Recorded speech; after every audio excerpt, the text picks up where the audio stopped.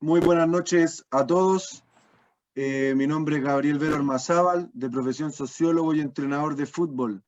El tema que voy a exponer el día de hoy se llama Relaciones interpersonales en el entrenador de fútbol. Esta es una asignatura que se cursa acá en el Instituto Nacional del Fútbol. Es una asignatura de carácter semestral. Pero hoy día nos vamos a centrar en dos temas muy importantes que tienen relación con las relaciones interpersonales, que son la comunicación efectiva y la resolución de conflictos. Disculpa Andrés, me está mandando las personas que están aquí en la sala de espera. A ver, los voy a agregar, admitir todo, aunque la idea es que otra persona pueda ver Porfa, ese tema. Andrés, ¿me puedes hacer cojos a mí? Por favor. Vale, gracias. Disculpa. Bueno, antes de comenzar con esta presentación, comentarles que este tema de las relaciones interpersonales es transversal. ¿Qué quiere decir esto? Que es transversal para poder trabajar en iniciación, en fundamentación, en alto rendimiento, con hombres, con mujeres, con adultos mayores, niños, niñas, etcétera, etcétera. Bueno, como bien decía el anfitrión, yo soy sociólogo, estudié en la Universidad ARCIS, Universidad de Arte y Ciencias Sociales acá en Chile. Además soy entrenador profesional de fútbol, me formé en el Instituto Nacional del Fútbol, donde actualmente hago clases. Hace 11 años que estoy haciendo clases en el INAF. Dentro de mis antecedentes profesionales, bueno, trabajé como director técnico de divisiones menores en clubes profesionales como Santiago Morning, Deportes La Serena, Unión Española, Cobresal y Temuco. Actualmente estoy en las divisiones menores de Cobresal. Fui ayudante técnico, tuve un paso fugaz, la verdad, el año pasado, en el plantel profesional de Independiente de Cauquenes, que está en la segunda división del campeonato chileno. Además, fui director técnico de la Universidad de Arte y Ciencias Sociales ARCI, donde me formé como sociólogo. Estuve 4 temporadas en el fútbol universitario y, como dice ahí, docente del Instituto Nacional del Fútbol, Deporte y Actividad Física INAF, donde se forman los entrenadores profesionales acá en Chile. Una carrera que dura 4 años, son 8 semestres, 3 prácticas. Primero una práctica de iniciador a los 2 años, a los 3 años una práctica de monitor y finalmente a los 4 años la práctica de entrenador con adultos. Ahí hay algunas fotitos entonces de los lugares donde me ha tocado trabajar a nivel de clubes profesionales. Además trabajé en el Instituto Nacional de Deporte de Chile durante 8 años, donde tuve la posibilidad de trabajar como monitor deportivo en distintos talleres deportivos, talleres sociodeportivos, bien digo. Trabajé también en la Fundación Amigos del Real Madrid, acá en Santiago de Chile. Yo obviamente soy chileno, nacido y criado acá en Santiago, en la capital. Trabajé también en fútbol calle, en programas sociodeportivos para varones y para damas. La verdad que siempre el deporte ha sido mi principal objeto de estudio como sociólogo y particularmente el fútbol. No fui jugador profesional, pero desde chico, ¿no es cierto?, he sentido esta pasión y a través del fútbol amateur decidí, ¿no es cierto?, formarme como entrenador profesional y aquí estoy compartiendo con ustedes, espero que les pueda servir esta ponencia. Ahora bien, en esta primera parte vamos a partir con la pregunta, ¿qué son las relaciones interpersonales?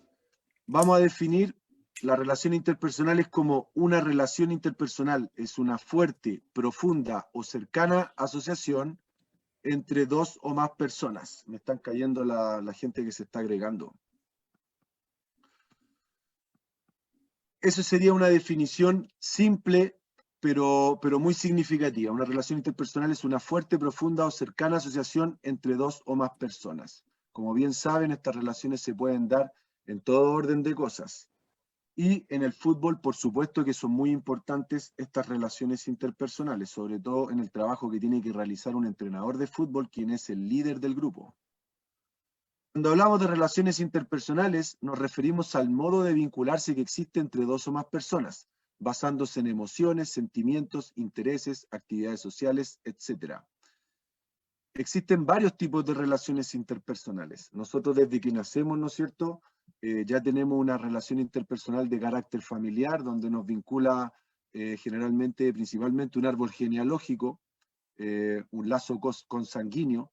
Existen también relaciones interpersonales de tipo superficial, cuando yo, por ejemplo, voy a un supermercado y me toca pasar por la caja, ¿no es cierto? Yo intercambio algunas palabras con el cajero o la cajera, y es una relación interpersonal superficial porque quizás nunca más voy a ver a esa persona.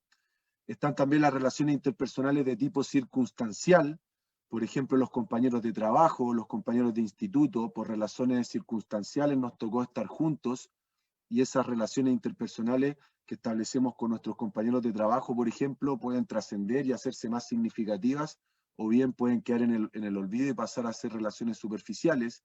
Están también las relaciones íntimas o afectivas, que tienen que ver con relaciones que pretenden perdurar en el tiempo, donde hay una amistad, ¿no es cierto?, donde hay un grado de confianza importante, como puede ser, por ejemplo, la amistad, ¿no es cierto?, o la relación de pareja.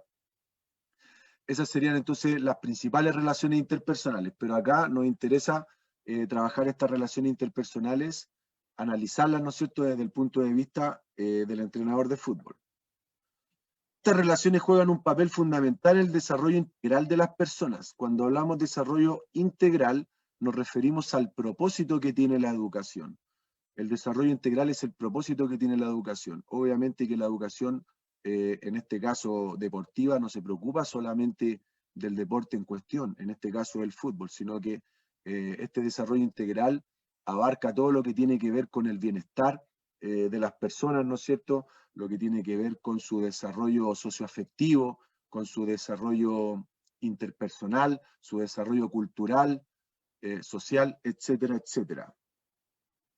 Por ello, la comunicación es uno de los principales aspectos de las relaciones humanas, que nos permite transmitir sentimientos, expresarnos y escuchar a los demás para conocerlos mejor y entender lo que necesitan. La comunicación es fundamental. Nosotros como seres humanos somos seres netamente sociales, por lo tanto tenemos que interactuar con nuestros pares, y para eso es fundamental la comunicación.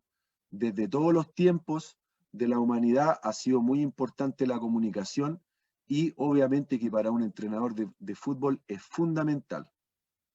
Ahora bien, dicho esto, grandes rasgos lo que son las relaciones interpersonales, vamos a pasar a la segunda parte, que tiene que ver con lo que es la comunicación efectiva. La comunicación es una de las habilidades naturales más importantes que tenemos para relacionarnos con los demás. Cuando hablamos de comunicación efectiva, en el fondo buscamos el propósito de la comunicación. Cuando nosotros queremos comunicarnos con otras personas, ya sea con nuestros familiares, con nuestros compañeros de trabajo o con la persona que sea, nosotros tenemos que apuntar a que la comunicación sea efectiva, es decir, que se logre producir un intercambio eficaz y eficiente de información. Y eso sabemos que para un entrenador de fútbol es fundamental, porque si yo no sé llegar a mis jugadores, si yo no sé llegar al cuerpo técnico, si yo no sé llegar a los dirigentes, si yo no sé llegar a los medios de prensa, va a ser muy difícil que como entrenador me pueda ir bien. Como les mencionaba al principio, recordemos que estas relaciones interpersonales, esta asignatura o esta materia, por decirlo de alguna forma, es transversal. Ni hablar si yo trabajo con niños. Si yo trabajo con niños, tengo que saber llegar al niño. Yo necesito una comunicación efectiva, no le puedo hablar a él como si fuera un adulto. Voy a poner un ejemplo. A través de la comunicación efectiva, las personas logran expresarse adecuadamente por medio de mensajes claros y concisos que enriquecen el diálogo. Eso es lo que nosotros como entrenadores tenemos que apuntar, a lograr una comunicación efectiva que logre enriquecer, ¿no es cierto?, el diálogo con mensajes claros y concisos, que no hayan dobles lecturas. Sabemos que por ahí se puede malinterpretar una instrucción, se puede malinterpretar o no se puede comprender alguna explicación. Por eso es que nosotros como entrenadores de fútbol somos constantes comunicadores. Cuando estamos en entrenamiento, tenemos que estar comunicando a nuestros jugadores las tareas, las reglas de los trabajos que vamos a realizar, y para eso es muy importante que nosotros sepamos expresarnos de buena forma para que el jugador pueda entender. Después en un partido también nosotros tenemos que trabajar toda la semana ese partido, ¿no es cierto? Tenemos que estar toda la semana comunicándonos con nuestros jugadores, también con nuestro cuerpo técnico, para que el día del partido pueda funcionar todo de manera óptima. Ahora bien, ¿cómo se logra una comunicación efectiva? Existen distintas técnicas de comunicación efectiva que nos permiten llevar un adecuado manejo de la comunicación, tanto de manera personal como laboral. Para lograr una comunicación efectiva, como bien dice ahí la lámina, existen ciertas técnicas de comunicación que nosotros podemos aplicar. Ojo que esto se puede aplicar en la vida cotidiana, pero acá vamos a poner énfasis, ¿no es cierto?, en lo que tiene relación con la profesión del entrenador de fútbol. Dentro de las técnicas de comunicación efectiva tenemos dos tipos. Primero, las técnicas de comunicación verbal y, en segundo lugar, las técnicas de comunicación no verbal. Antes de pasar a ver algunas técnicas de comunicación verbal y algunas técnicas de comunicación no verbal, es muy importante que tengamos claro que en el fútbol la comunicación predominante es de tipo no verbal. ¿Qué quiere decir esto? Que el 15% de la comunicación que se da en el deporte, y particularmente el fútbol, solo el 15% es de tipo verbal. En cambio, el 85% es de tipo no verbal. Ahora bien, dentro de las técnicas de comunicación verbal, primero tenemos que cuidar las palabras. Muy importante, no solamente en el fútbol, no solamente en el deporte, en la vida en general, es muy importante que nosotros seamos capaces de cuidar las palabras. Saber qué palabras vamos a escoger, qué palabras vamos a utilizar. Si yo estoy con un niño, no puedo ocupar muchos tecnicismos porque no me va a entender. Si yo estoy con un chico, con un jugador, con un adulto, recordemos que esto es transversal, que a lo mejor no tiene un lenguaje, no tiene un vocabulario muy amplio, yo no puedo utilizar palabras que vayan a complicar, porque en vez de ser un facilitador de la comunicación, esas palabras pueden ser una barrera, porque el chico no me va a entender. Recuerdo una anécdota que contaba Marcelo Bielsa cuando tenía que transmitirle mensaje a Ariel Ortega, al burrito Ortega. Decía que era muy difícil llegar a él porque era un tipo que le costaba mucho poder recibir los mensajes. Bueno, ahí él tuvo que escoger las palabras, ¿no es cierto? Tuvo que escoger un lenguaje más informal, por decirlo de alguna forma, para poder llegar. Entonces, cuidar las palabras quiere decir que hay que escogerlas bien, obviamente no ser grosero, obviamente no pasar a no herir la susceptibilidad de los jugadores en este caso, o de la persona con la cual yo me estoy comunicando. Hemos visto que también hay entrenadores que no cuidan sus palabras en las conferencias de prensa y eso le trae problemas con el periodismo, le trae problemas con la dirigencia. Entonces es muy importante que seamos capaces de cuidar las palabras, ver bien qué es lo que vamos a decir y qué palabras vamos a utilizar. En segundo lugar, cuidar el tono y volumen de voz. No quiere decir que yo tenga siempre que hablar en un tono bajo. Cuidar el tono y volumen de voz tiene que ver con saber en qué momento yo voy a tener que levantar la voz y en qué momento voy a tener que bajar el tono y el volumen de voz. Si yo estoy trabajando con niños, por ejemplo, yo no les puedo hablar muy fuerte, no puedo transmitir mensajes con un tono y un volumen de voz muy elevado. ¿Por qué? Porque ese chico se va a bloquear y yo mismo voy a estar creando una barrera para poder comunicarme.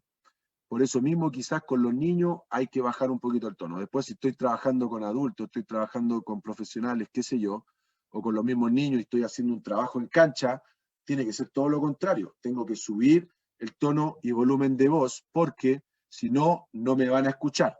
Por eso es muy importante que un entrenador sepa manejar el tono y volumen de voz. ¿Cuándo tengo que subirlo y cuándo tengo que bajarlo? ¿En qué momento? ¿En qué circunstancia? De repente en el camarín, si yo quiero hacer reaccionar a mis jugadores en un entretiempo, no les puedo hablar muy bajito. Voy a tener que subir el tono y volumen de voz como para poder llegar a los jugadores con el mensaje.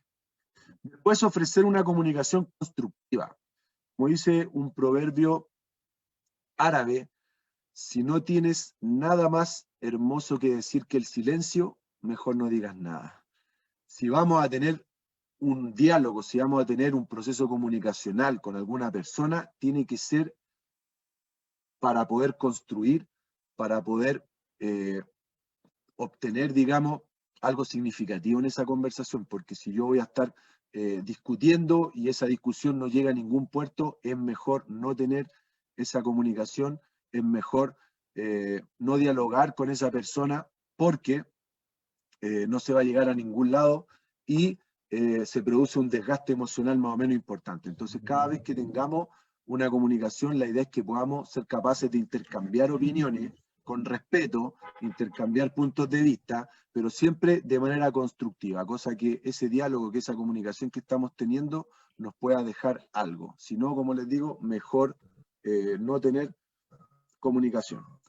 Después, dentro de las técnicas de comunicación no verbal, bueno, dicho sea de paso, vimos solo, perdón, me queda una cuarta técnica de comunicación verbal.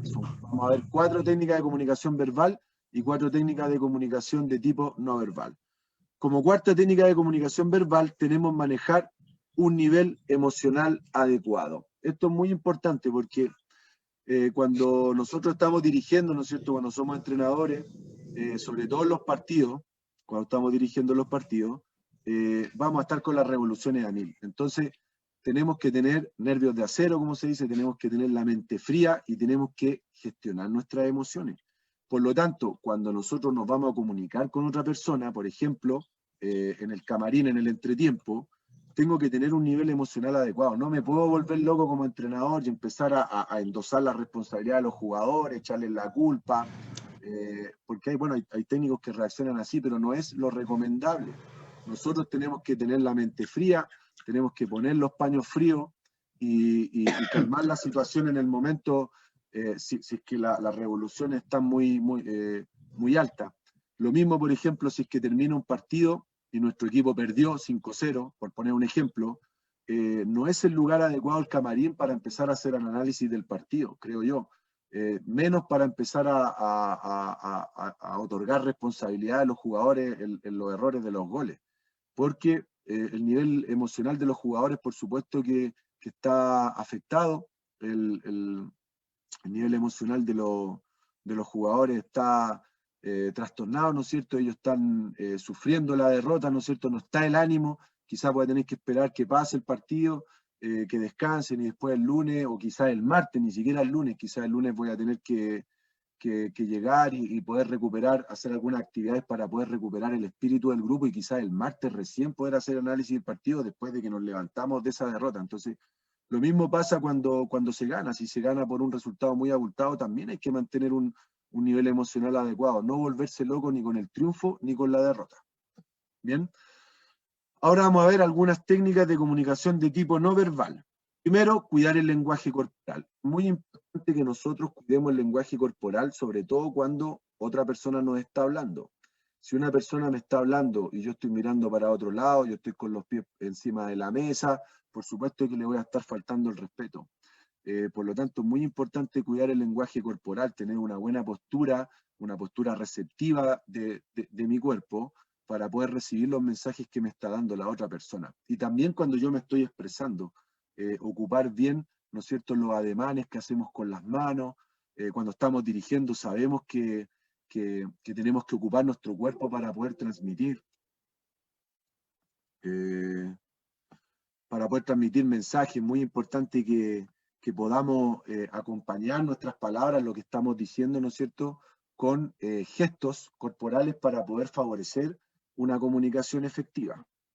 Después, cuidar el contacto visual. Muy importante esto, sobre todo cuando estamos hablando con una persona, mirarnos hacia los ojos. Sabemos que la mirada es algo muy natural que tenemos los seres humanos y algo que demuestra mucho. Si yo estoy mirando a una persona a los ojos, estoy transmitiendo confianza, estoy transmitiendo seguridad.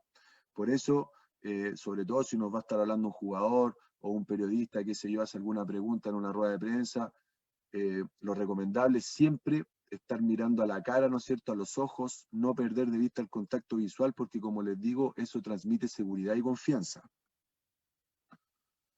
Después, como tercera técnica de comunicación de tipo no verbal, debemos cuidar los gestos de la cara. Sabemos que en un partido de fútbol el entrenador se le transforma el rostro, pero es muy importante poder cuidar esos gestos que tenemos en nuestra cara, porque si nosotros tenemos una cara de derrota, vamos a transmitir, no vamos a tener que decir ninguna palabra. Por eso decíamos que el 85% de la comunicación en el deporte es de tipo no verbal, porque yo con una cara puedo transmitir confianza, puedo transmitir seguridad, pero también puedo transmitir derrota, puedo transmitir fracaso, por lo tanto es muy importante cuidar los gestos de la cara porque eso nos puede delatar y por supuesto que nuestro mensaje hacia nuestros futbolistas se va a deteriorar. Por eso es muy importante cuidar los gestos de la cara. Si se fijan, hay hartas cosas que como entrenadores tenemos que preocuparnos, más allá de planificar los entrenamientos y de hacer el equipo para el partido el fin de semana.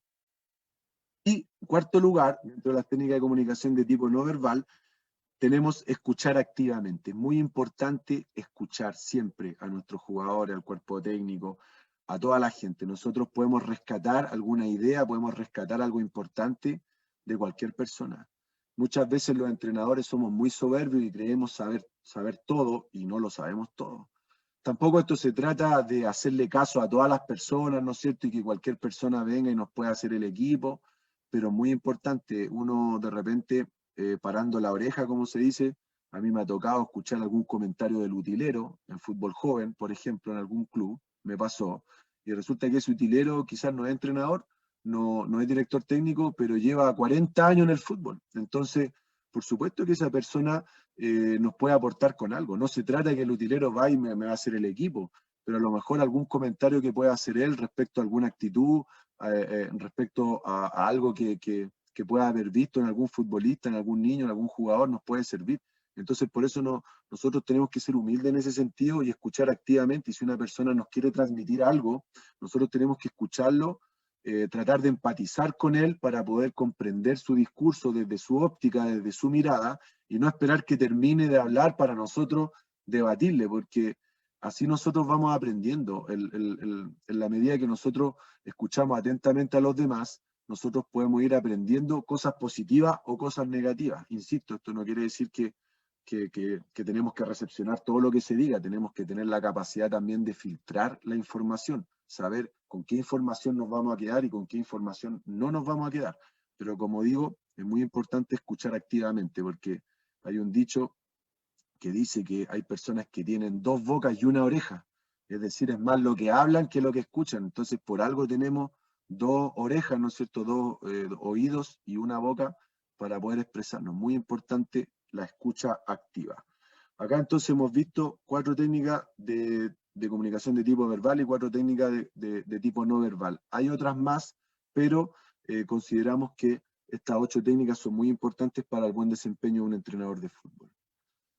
Ahora bien, como estaba mencionando, como les mencioné hace un rato atrás, dentro de la comunicación en el deporte, el 15% de tipo verbal, es decir, aquella comunicación que utiliza códigos comunes, básicamente las palabras, y 85% de tipo no verbal, es aquella comunicación que no utiliza códigos comunes, es más sutil y emplea las emociones. Si ustedes se dan cuenta, un entrenador está constantemente haciendo gestos en la zona de dirección técnica.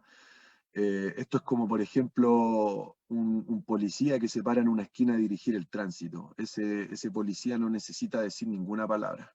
Con sus ademanes, ¿no es cierto?, con los movimientos que hace con sus manos, con su cuerpo, está transmitiendo mucho. Entonces nosotros como entrenadores también tenemos que saber que no sacamos nada con hablar,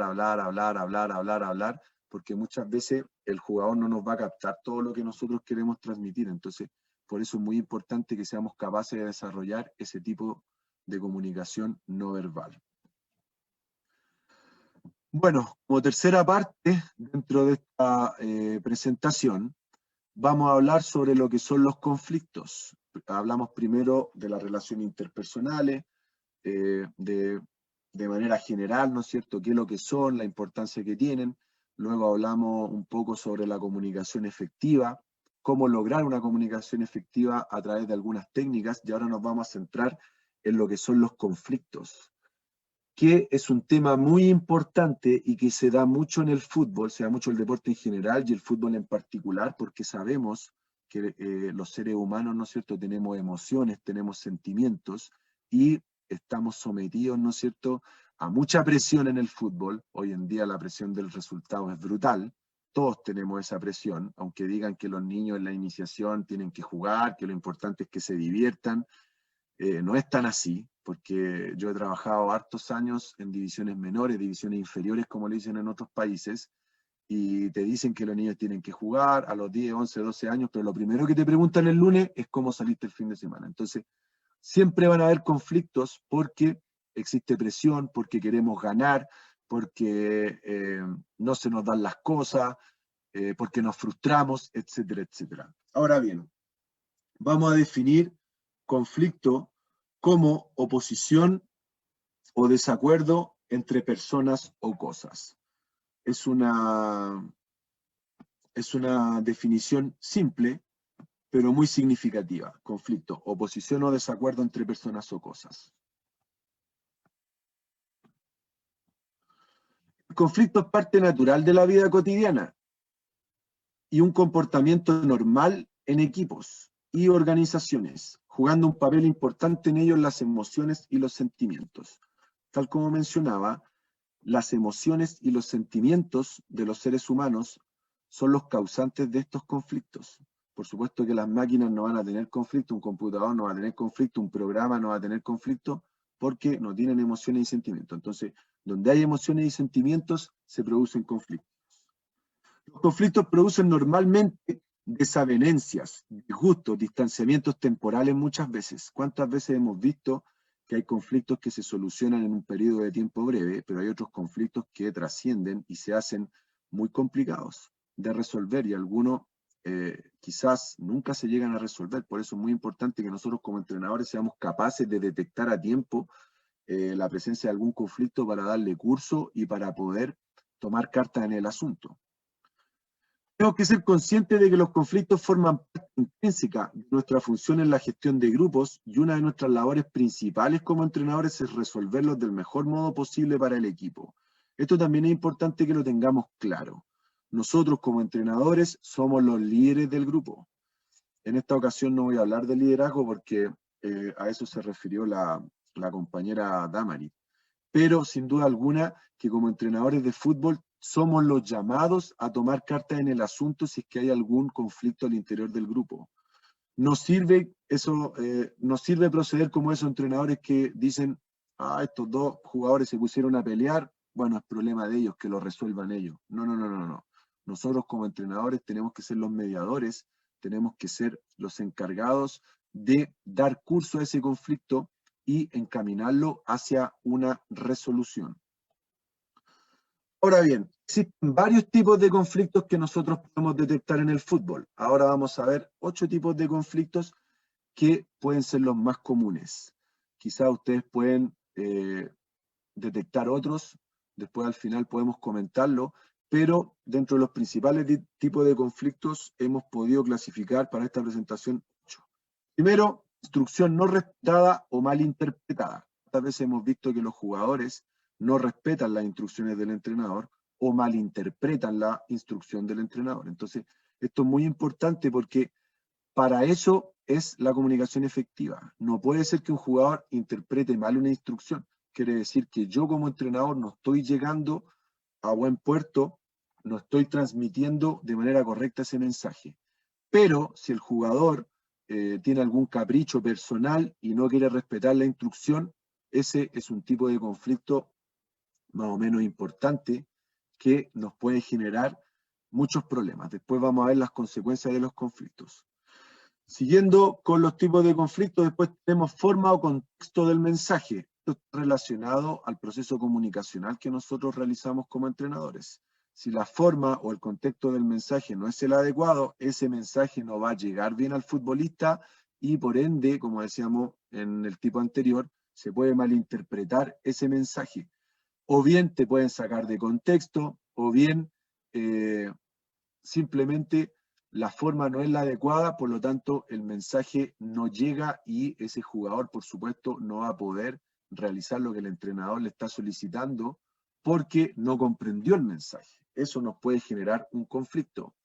Yo converso harto con los muchachos de fútbol formativo y la otra vez estaba hablando con un chico, no voy a dar el nombre del club, que está en el plantel profesional de un equipo de acá de primera división en Chile, de primera B, y me decía que el ayudante técnico no sabía explicar los trabajos. Me decía, pero es que profe, sabe que el ayudante técnico, me decía, no voy a dar el nombre ni del club ni del profesional, no viene al caso, ¿sabe qué, profe? Me decía, no sabe explicar los trabajos, entonces nadie le entiende.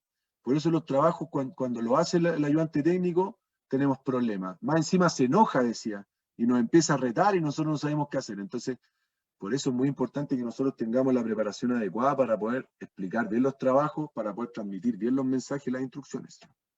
En tercer lugar, competencia entre los jugadores por rendimiento.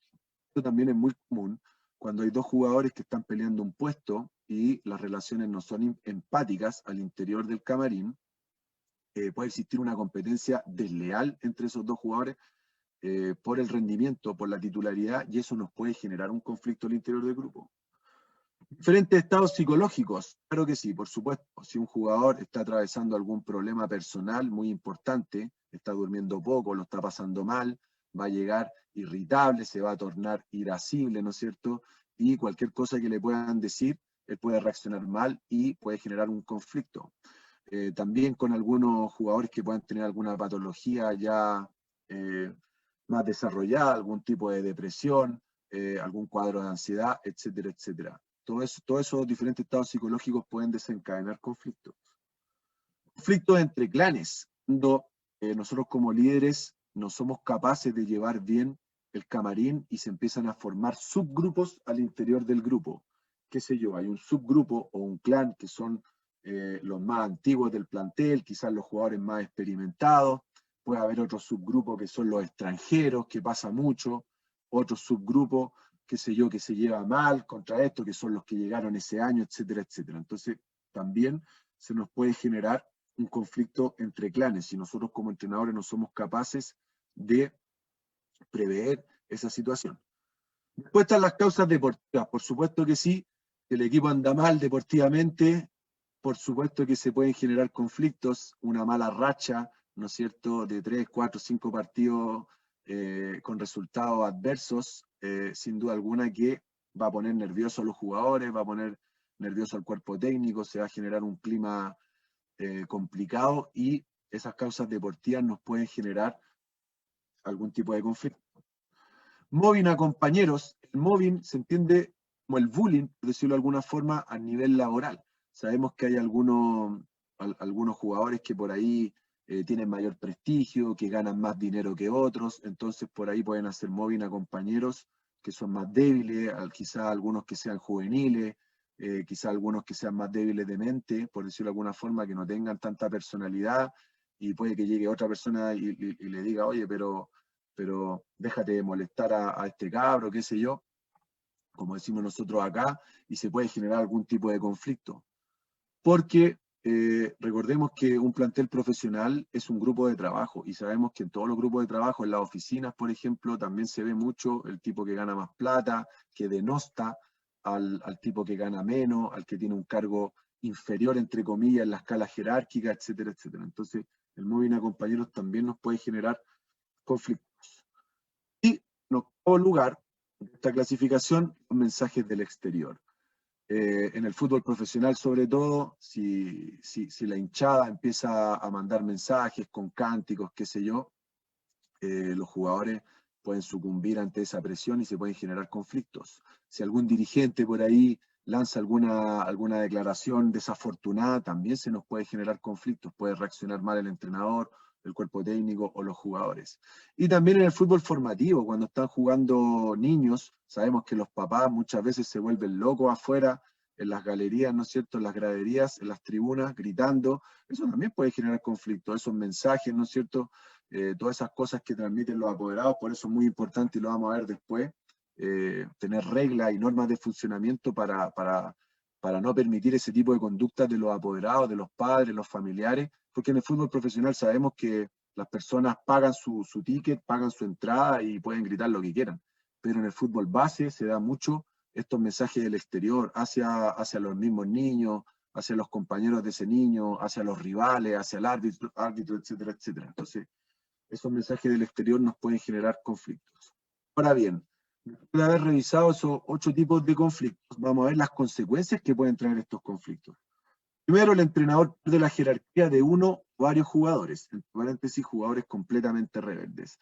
Esto en relación a cuando los jugadores malinterpretan o lisa y llanamente no respetan las instrucciones del entrenador. Esto puede ser el principio del fin de un proceso, porque si el entrenador pierde la jerarquía de uno o varios jugadores, y están los jugadores completamente rebeldes, por supuesto que los resultados deportivos van a ser adversos porque no se va a poder trabajar de la manera que corresponde.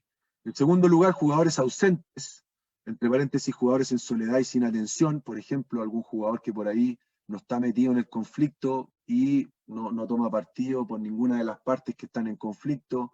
Ese jugador se desmotiva, ese jugador está marcando el paso, como decimos acá, quizá va a los entrenamientos, no tiene mayor interés, esperando a que termine la temporada para poder partir. Mal ambiente en el equipo, obvio, surgen más conflictos en el campo y en el vestuario. Sabemos que cuando un conflicto no es resuelto de manera óptima, pueden surgir más conflictos en el campo o bien en los vestuarios. Pérdida de rendimiento, los jugadores pierden concentración y eficacia, claro que sí, están más preocupados del conflicto y no de entrenar, no están con el foco puesto en lo que realmente importa. Pérdida de motivación, entre paréntesis, la intensidad de las acciones se reduce, por supuesto, si un jugador va desmotivado a un entrenamiento no se va a entregar por completo, por lo tanto los resultados no van a ser los óptimos.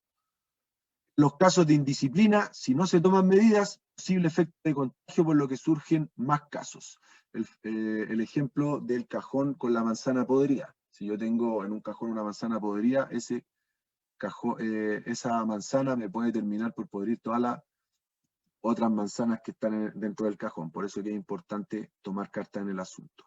Esas serían entonces algunas de las consecuencias de estos conflictos. Ahora bien, con esto vamos a finalizar, porque el tiempo apremia. Vamos a ver algunas medidas para prevenir y reducir conflictos.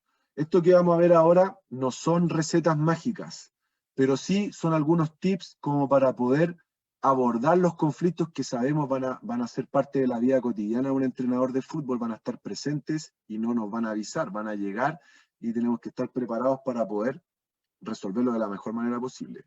Entonces, dentro de las medidas para prevenir y reducir conflictos, primero tenemos informar formalmente sobre el código de conducta del club, definir roles y normas para establecer límites, ya sea en una escuela de fútbol, ya sea en el fútbol base, ya sea en el fútbol profesional, femenino, masculino. Nosotros tenemos que rayar la cancha, como se dice, desde un comienzo, desde un principio, a principio de temporada, nosotros tenemos que tener un documento, ¿no es cierto?, donde estén claras las normas, estén claras las sanciones a las cuales se exponen aquellos que transgreden esas normas, pero más allá de eso es importante que todos en el grupo acepten esas normas. Yo, por ejemplo, en las escuelas de fútbol donde he trabajado, que he dirigido, cuando llega un chico, lo primero que yo le digo al apoderado, bueno, estas son nuestras normas de funcionamiento. Por favor, léala, y si usted está de acuerdo y está dispuesto a aceptarlas y acatarlas, por favor, fírmeme acá, y que la lea con el niño. Entonces después tiene que firmar el apoderado y tiene que leer el niño, y firmar el niño. Entonces así nosotros podemos comprometer desde un comienzo, y después ellos van a saber a las sanciones que se van a exponer. Entonces después el tema se regula solo, porque si hay algún apoderado que está gritando en la galería, los otros apoderados ya van a saber que ellos firmaron, que todos firmaron, que no se puede estar gritando en las galerías. Entonces el tema después se va a regular solo. Por lo general, sabemos que siempre van a haber personas que por ahí van a transgredir, pero para eso también tienen que estar claras las sanciones. Y si hablamos de fútbol profesional, es muy importante que los jugadores, los futbolistas, a comienzo de la pretemporada, definan las normas, pero también las sanciones, y que ellos mismos participen en elaborar las sanciones. Es decir, si algún jugador llega atrasado 3 veces, qué sé yo, pagará el desayuno el próximo lunes, o pagará el asado. El que comete tal sanción, bueno, tendrá este castigo. Entonces, si ellos participan de la elaboración de las sanciones, se van a ver mayormente comprometidos. Establecer objetivos y motivaciones comunes mediante reuniones previas y periódicas. Es muy importante para favorecer la cohesión de un equipo que los objetivos estén claros desde un comienzo. Y eso hay que estarlo recordando constantemente, porque en la medida que nosotros estamos persiguiendo objetivos, vamos a estar motivados, vamos a estar día a día, ¿no es cierto?, levantándonos en las mañanas para alcanzar ese objetivo. Vamos a levantarnos para trabajar en pos de alcanzar ese objetivo. Y esos objetivos, por supuesto, que tienen que ser objetivos alcanzables, objetivos medibles, no pueden ser objetivos desmesurados, porque después una decepción puede producir más conflictos aún, si es que no se alcanzan esos objetivos. Fortalecer la unión del equipo, animando estímulos positivos para mejorar la cohesión con una comunicación más informal o alegre. Para fortalecer la unión del equipo hay hartas actividades. Sabemos que en el fútbol profesional, por lo general, los días viernes, el último día antes del partido, se hacen grupos, ¿no es cierto? Se hacen juegos, donde se hacen 2 equipos, se hacen estaciones, tenis fútbol, juegan al cajón, otros tipos de competencias, qué sé yo, con puntaje, y el equipo que después gana, ¿no es cierto?, qué sé yo, celebra, y el equipo que pierde tiene que pagar el desayuno el próximo lunes, por decir algo, o tiene que pagar un asado a fin de mes. Entonces, es muy importante ese tipo de actividades recreativas, ¿no es cierto?, para poder generar un ambiente de compañerismo, un ambiente de distensión, y que no sea todo tan presionado por el partido del fin de semana. Estoy hablando del fútbol profesional. También es importante en la formación tener actividades lúdicas con los niños, hacerles juegos extra deportivos, ¿no es cierto?, algunos tipos de competencias donde ellos se puedan divertir, puedan pasarlo bien, donde vean que el entrenador también es persona, salirse un poquito del rol tan estricto del entrenador y quizá un rol un poquito más informal como persona, como ser humano, pero sin perder de vista que somos nosotros quienes tenemos que guiar al grupo, y sin perder de vista que los jugadores nos tienen que respetar. Pero esa parte humana también tenemos que mostrársela a nuestros jugadores para que ellos vean que somos parte de ellos, somos parte del grupo, y que también tenemos emociones, sentimientos, y que somos personas con valores, y que podemos compartir también con ellos, que no somos personas tan distantes. En algunos momentos obviamente vamos a tener que marcar diferencias, pero en este tipo de momentos vamos a tener que acercarnos un poquito más desde este punto de vista. Después, señalar o sancionar cualquier tipo de indisciplina en su justa medida, siempre con el objetivo de reforzar y estimular con ejemplos el porqué de hacer buenas acciones. Cuando vayamos a sancionar, esa sanción tiene que ser en su justa medida. Si la falta que cometió el jugador es grave, la sanción tiene que ser grave. Si la falta que cometió es leve, no puede ser una sanción grave, tiene que ser en su justa medida. Y también lo importante es que esta sanción deje un aprendizaje. No se trata de sancionar, de castigar por castigar. La idea es que el jugador, que el futbolista asuma su error, se dé cuenta del error que cometió, que pague su sanción, pero que después le deje un aprendizaje para que no vuelva a incurrir en esa falta, no vuelva a incurrir en ese error. Y así además le queda un aprendizaje a todo el grupo. Porque si yo cometo un error y soy sancionado por eso, mis compañeros ya van a tener un precedente para no fallar de la misma manera que fallé yo. Otra medida es impedir pequeños clanes o parejas demasiado continuas. Entre paréntesis, intentar variar los grupos, fortalecer la comunicación entre diferentes personalidades. Un poco cuando hablamos de la formación de clanes, esto se da mucho con los niños. Nosotros con los niños vemos que siempre hay 2 que salen juntos para todos los trabajos, y ellos son los súper amigos, ¿no es cierto? Y no comparten con nadie más. Bueno, nosotros como entrenadores tenemos la potestad de poder distribuir a los niños y tomar carta en el asunto. Decir estos 2 que siempre trabajan juntos, hacerlos trabajar con otros chicos para que puedan intercambiar opiniones, para que puedan intercambiar experiencias, para que puedan conocerse con otros niños y no estén siempre con los mismos compañeros trabajando en el mismo grupo. Y así también impedimos que se vayan formando subgrupos al interior del grupo. Por eso decía que ese conflicto de cuando se generan clanes es responsabilidad del entrenador, porque el entrenador tiene que prever eso y tiene que tomar medidas, ¿no es cierto?, para que eso no ocurra. Prevenir e impedir lo antes posible conflictos o actos negativos entre jugadores. También es muy importante que nosotros como entrenadores seamos capaces de prever ciertos tipos de conflictos. ¿A qué me refiero? Por ejemplo, estamos haciendo una práctica de fútbol y vemos que el lateral derecho se está dando duro con el extremo izquierdo del otro equipo. Entonces, vemos que en cada interacción que tienen, cada roce, están sacando chispas. No vamos a esperar que ellos terminen peleando a los golpes para tomar carta en el asunto. Si nosotros vemos que ya está subiendo de tono la relación, los roces, los duelos que tienen, parar el juego, hacer algún comentario referente a la cohesión de grupo. Recuerden que son compañeros, recuerden que son compañeros de equipo, bajemos las revoluciones, hay que ir de manera leal, no esperar a que estos efectos de bola de nieve vaya creciendo y que terminen después con, qué sé yo, con alguna entrada por atrás, ¿no es cierto?, con alguna conducta desleal. Entonces, de esta manera nosotros tenemos que ir previniendo que se puedan desarrollar todos los tipos de conflictos. Por eso tenemos que estar muy atentos, observar siempre la conducta de nuestros futbolistas y poder visualizar dónde hay algún conflicto o se puede gatillar algún tipo de conflicto. Vamos a ver las últimas 3 medidas y con esto estamos.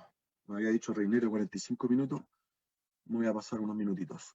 Dominar la comunicación del momento, variar entre la comunicación formal, entre paréntesis buscamos la disciplina, e informal, donde buscamos la libertad cuando sea necesario. Nosotros como entrenadores de fútbol generalmente somos tipos muy serios, ¿no es cierto? Tenemos que transmitir seriedad al grupo, pero a veces también es importante que nosotros rompamos ese molde. ¿A qué me refiero?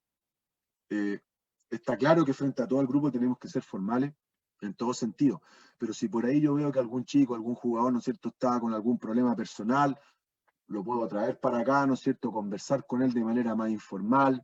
Si ese chico es de barrio, por decir algo, quizá hablar con un lenguaje más de barrio, hacer lo que sea con tal de poder llegar a ese chico para que él me pueda contar, saber qué es lo que le pasa, poder ganarme su confianza y yo poder también retribuirle esa confianza con algún consejo. Es muy importante saber en qué momento ser formal y en qué momento ser informal.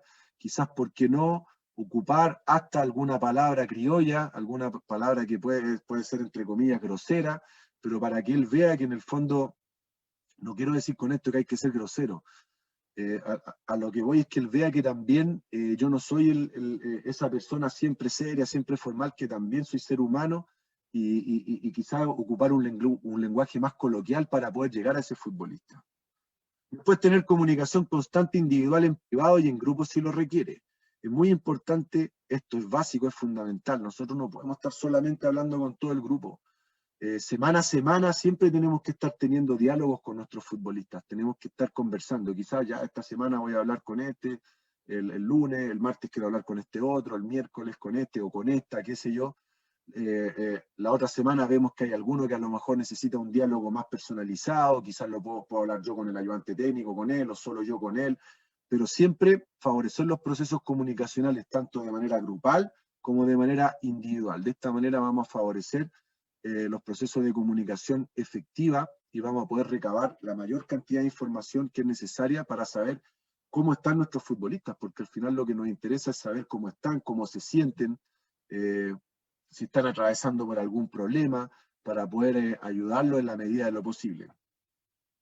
Por último, y con esto cerramos la presentación, como medida para prevenir y reducir conflictos, coaching para intentar que los jugadores tengan conciencia para mejorarse a sí mismos y al resto. Esto es clave.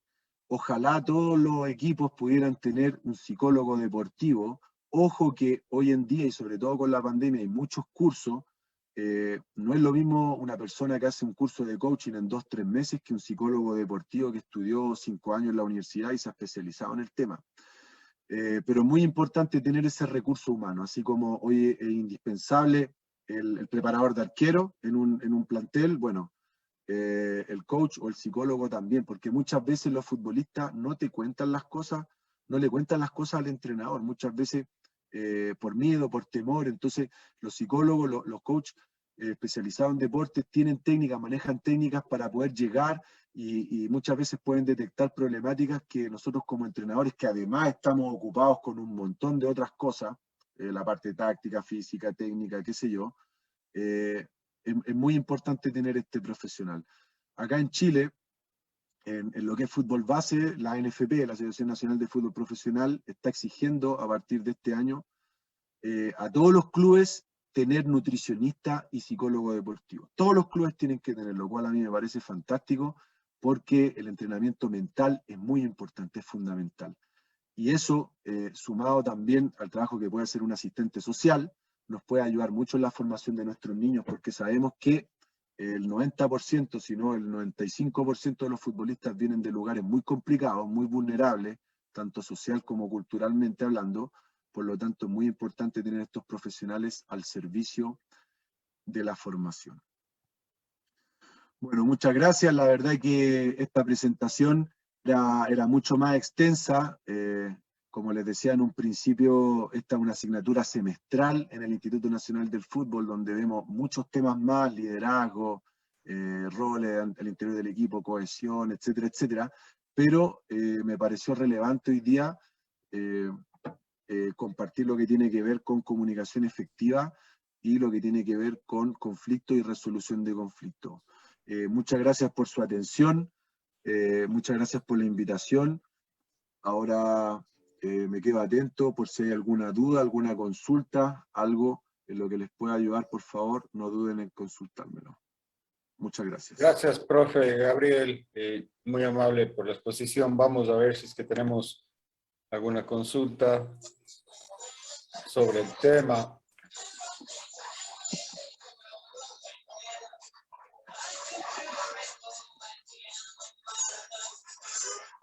Por favor, alguien que tiene encendido el micrófono. Muy buenas noches. Buenas noches. Muchísimas gracias. Tengo una inquietud. Me llamó mucho la atención y quisiera que me ayude nuestro amigo y profesional Gabriel. Yo había escuchado cuando hablábamos de las consecuencias de los conflictos, había dicho que en el momento de la indisciplina se tomaba en cuenta, hacía uso del paradigma que se forma con esto de la manzana podrida. Entonces yo quisiera que con un ejemplo nos muestre cómo le da solución a un conflicto de esta forma. Eso es, mi querido compañero. Gracias. Bueno, don Luis, muchas gracias por la pregunta, muchas gracias por la intervención. La verdad que el tema de los conflictos es un tema bien complejo en el sentido de que, como yo les comenté, no hay una receta mágica para poder solucionarlo. Yo creo que todos los que estamos acá nos hemos visto en medio de algunos conflictos más o menos importantes. Ahora bien, para no tener más problemas, ¿no es cierto?, al interior del grupo, para no tener más problemas al interior del equipo, como usábamos esa metáfora de la manzana podrida, vamos a tener que trabajar con algún futbolista que esté atravesando por algún problema más o menos importante, que esté generando indisciplina al interior del plantel.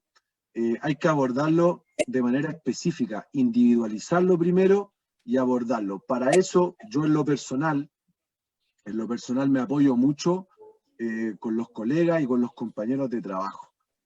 Por ejemplo, si hay algún chico que tiene alguna conducta que no corresponde, qué sé yo, algún chico que no se está dando en los entrenamientos, hay que tomar carta en el asunto y ver de alguna forma cómo lo podemos ayudar. Se me viene el caso, por ejemplo, les voy a poner un caso bien en boga que tiene que ver con Cobresal. En Cobresal hay un jugador que se llama Jodilan Cruz. Jodilan Cruz debutó el año pasado con Colo-Colo con 16 años. Se fue a El Salvador. Cobresal es el único club de Chile que tiene el fútbol base en Santiago y tiene el plantel profesional a 1000 kilómetros en El Salvador. Porque todos los otros clubes tienen las juveniles en conjunto con el plantel profesional. Bueno, acá no. Resulta que Cobresal, este chico, Jodilan Cruz, un chico talentosísimo, yo lo tuve en la sub-12, tuve el placer de tenerlo, talentosísimo. Resulta que ese chico en sub-16, el chico no participaba de manera activa en los entrenamientos. El chico, como ya se sabía, había ido, él fue al Sudamericano de Paraguay sub-15 el año pasado. Es un chico que está en otro nivel, ¿no es cierto? Entonces empezaba a caminar, como decimos vulgarmente, en los entrenamientos. Y yo recuerdo que el profe Adrián Rojas, que jugó en la U, en Everton, jugó en Racing de Avellaneda, él decía en reunión que ya no sabía qué hacer con el Jodilan, porque trataba de conversar con él, que él tenía que ser un referente para la categoría, y que en el fondo era un mal ejemplo, porque el chico no estaba rindiendo en la categoría, no se esforzaba por completo. ¿Qué hacíamos con él? Entonces, ¿cómo se solucionó ese conflicto? Sin tener necesidad de apartarlo, sin tener necesidad de sacarlo al chico lo subieron de categoría, de la sub-16 lo pasaron a la sub-17. Entonces, claro, cambia todo el escenario, ya no está con sus compañeros que llevaba 4 o 5 años, porque Joe Dylan llegó a los 10 años al club, se tuvo que esforzar más, se tuvo que poner las pilas, como decimos acá, y el chico con 16 años, la sub-17, después pasó al Salvador, al plantel profesional, y el año pasado debutó. Entonces, por eso yo digo que no hay una receta, no hay una panacea, va a depender de cómo hacerlo. En este caso, el profe lo conversó en reunión y a mí me pareció genial, porque además es un ejemplo para los demás en el sentido de que todos nosotros quizás vamos a querer tener ese jugador talentoso en nuestro equipo, pero a ese costo no vale la pena. Y el profe Adrián fue muy inteligente, pudo visualizar que ese chico no iba a llegar al plantel si seguía con esa actitud, ¿no es cierto?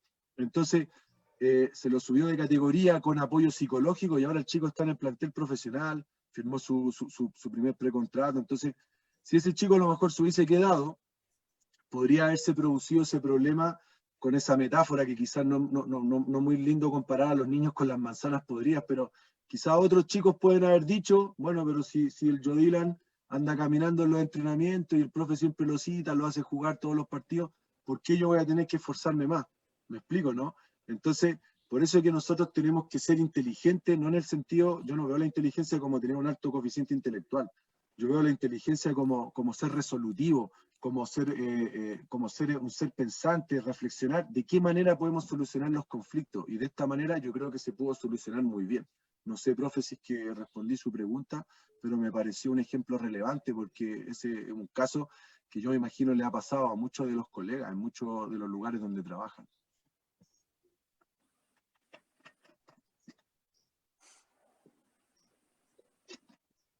Eso, profesor. Gracias, Gabriel. Tenemos la consulta del profesor Gerardo. Por favor, Gerardo. Hola, buenas noches. Buenas noches. Muchas gracias, Omar. Muchas gracias, Gabriel. Realmente una disertación, una exposición donde no nos dejaste muchas preguntas tan redonditas, tan perfectitas, la verdad que muy buena. Simplemente me cabería una. Y perdón porque ingresé un poquito tarde. Mi consulta con redacción a la reducción de conflictos. Hablo, perdón, específicamente en chicos, voy a decir, para ubicarnos entre todos en edades entre 12 y 15 años. Llega un chico a un club, ese club tiene un reglamento interno y ¿cómo ves vos que ese club tenga una reunión al inicio del torneo con los padres de esos chicos y donde les dan las pautas necesarias y correspondientes para que se transite el camino que el club desee? Buenas noches, Gerardo. Muchas gracias por la pregunta, muchas gracias por sus palabras. La verdad que, al igual que todos los que están presentes, es un honor para mí estar acá. Mire, profesor, muy buena pregunta. Como señalábamos ahí, dentro de alguna forma de poder prevenir los conflictos, señalábamos que es muy importante rayar la cancha, como decíamos desde un comienzo. Yo en lo personal siempre lo hago de la misma forma. Hago una reunión, por ejemplo, voy a hablar de mi último trabajo, yo ahora estoy en Cobresal, estamos ubicados en la comuna de Puente Alto, que es la comuna más grande de Chile, acá en la región metropolitana, es una comuna que tiene muchos problemas sociales, por decirlo de alguna forma, entonces nos llegan muchos chicos con un sinnúmero de situaciones. Acá, cuando empezamos la temporada, el año pasado, antes de la pandemia, lo primero que hicimos fue hacer una reunión con los chicos y con los apoderados, en conjunto con los jefes técnicos del club, en conjunto con la psicóloga del club, la nutricionista, es decir, un staff técnico, en el cual yo exponía un PowerPoint explicándoles primero cuál era el proyecto que teníamos, es decir, cuáles eran los objetivos que teníamos como categoría. Ese año, el año pasado, estaba con la sub-11, porque es la misma que tengo ahora, que pasé a sub-12, subí con ellos este año. Entonces, primero, ¿cuáles son los objetivos? Aclararle que a esa edad los objetivos, por supuesto, que están más relacionados a lo formativo que a lo competitivo, porque los chicos son tremendamente competitivos y los papás también. Es una cosa de loco. Más los Entonces, papás que los chicos. exacto, porque como decía un colega ayer o antes de ayer, ya no recuerdo bien, el problema no son los niños, el problema son los papás, ¿no es cierto? Que sobre todo de esos sectores más desfavorecidos socialmente, que depositan muchas expectativas en los niños para que sean jugadores profesionales. Entonces, bueno, esa es una realidad que me imagino ustedes deben conocer mejor que yo en sus países. Entonces, una reunión para un poquito bajar a las revoluciones, porque llegan con muchas expectativas de que su hijo juegue, de que su hijo sea titular, de que no vaya nunca al banco, etcétera, etcétera. Hacerle entender que la idea es que los chicos vayan a pasarlo bien, que vayan a disfrutar, que vayan a compartir, que vayan a sumar experiencia. Partimos de esa base. ¿Cuáles son los objetivos? Cosa de que si el que no está de acuerdo y él busca algo más competitivo, bueno, las puertas están abiertas, ¿ya? En segundo lugar, pasamos a detallar el reglamento. Y ahí yo soy bien claro, soy bien específico, que hay conductas que no están permitidas. Ya primero le hablo los derechos que tienen los niños al interior del club, a qué tienen derecho. Bueno, entrenan gratis, lamentablemente se les da una teñida de ropa para toda la semana porque es un club humilde que no tiene muchos recursos, pero por lo menos le dan ropa, los materiales, etcétera, etcétera. Y después los derechos que tienen ellos, primero, y después los deberes, con qué tienen que cumplir. La responsabilidad, la asistencia, que no se puede faltar, que obviamente los chicos a veces van a faltar, pero tiene que ser algo bien puntual, se tiene que justificar, tiene que haber una buena comunicación, todas las cosas con las que tienen que cumplir. Y ahí obviamente que tocamos el tema del comportamiento, que es muy importante, que los apoderados para los días de partido y para los entrenamientos también tienen que tener una conducta ejemplar, que nosotros estamos representando un club, estamos representando una institución, estamos representando a una ciudad, por qué no decirlo en cierta forma, y que tiene que ser ejemplar tanto de los niños como de los apoderados, y que no se van a tolerar conductas no apropiadas, conductas violentas, qué sé yo. Me explico, los apoderados solamente pueden gritar cosas, ¿no es cierto?, apoyar a los niños, palabras de apoyo, ¿no es cierto?, pero no pueden dar indicaciones técnicas, aunque sabemos que eso es muy difícil de controlar, pero igual se los tenemos que dejar claro y los niños lo tienen que saber también. Los apoderados no pueden meterse con los otros niños del equipo, no pueden meterse con los niños rivales de los otros clubes, no pueden meterse con el árbitro y no pueden meterse con las otras barras, porque hemos tenido problemas y han habido peleas, ¿no es cierto? Ya hay antecedentes, donde nos han sancionado, hemos tenido que jugar sin público y es muy triste, pues imagínense, pues, si el fútbol, que es una fiesta, ¿no es cierto?, después sin público, es muy triste para todos, ¿no es cierto? Entonces, después, como yo decía, el tema se va regulando solo, porque si hay algún apoderado que empieza a gritar cosas, los mismos otros apoderados que firmaron su compromiso, como yo bien decía, que firmaron una carta de compromiso, tanto ellos como los niños, empiezan a regular aquello. Entonces, por ahí también uno puede descansar en ello. También esos apoderados se tienen que hacer cargo, y se lo dejo bien claro, de la gente que llevan. Ya, porque algunos me dicen, no, profe, pero es que el que estaba gritando era el abuelito del niño y él no tiene idea, el abuelito está acostumbrado en el barrio. Bueno, tiene que hacerse cargo esa persona. O sea, si usted llevó a ese abuelito, usted se hace responsable. Y en último caso, el afectado va a ser el niño. Entonces, que no nos hagan, que no nos obliguen a tener que tomar decisiones que no queremos tomar. Y por ahí entonces se va educando un poco a los apoderados, y con el tema de que firman el compromiso, a mí por lo menos me ha dado buenos resultados. Porque si uno no hace todo ese proceso, que tenemos que estarle recordando constantemente, cada vez que hacemos las citaciones, que estarle recordando el compromiso, etcétera, etcétera. Si nosotros no hacemos eso, estas personas pueden llegar con lo que traen del barrio, y ellos no van a diferenciar lo que es un partido en el barrio que un partido en fútbol base, ¿me entiendes, no?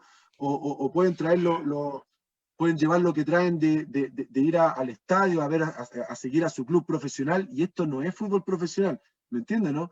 Entonces yo en ese sentido, don Gerardo, soy bien explícito, y le ofrezco la posibilidad a los apoderados de que si no les gusta y que si no están de acuerdo con esas normas, esas reglas, que la puerta es ancha, o sea, que no pueden buscar otros clubes, pero este club trabajamos de esa forma y tienen que adecuarse. Y como le digo, también le doy espacio a la psicóloga para que hable un poquito con ellos. Yo me apoyo mucho en una psicóloga muy buena que hay en Cobresal para poder fortalecer todo este discurso nosotros que tenemos para que nuestros niños vayan a divertirse. En el fondo tratamos de convencer a los apoderados que los niños tienen que ir a divertirse y a disfrutar. Por ahí más o menos va la respuesta, don Gerardo. Perfecto, muchísimas gracias, Gabriel. Realmente es un tema tan apasionante que lo estuve viendo durante mucho tiempo y da para cada uno seguramente la gran cantidad de exponentes que hay en sala, mucho con muchísimas experiencias. Sería lindo que cada uno pueda dar su visión. Agradezco mucho, Gabriel, muchas gracias por la participación, por permitirme hablar. Muchas gracias. Muchas gracias a usted, don Gerardo. Gracias, profe Gerardo. Gracias, Gabriel. Y muchísimas gracias por la exposición. Estuvo clarísima. No sé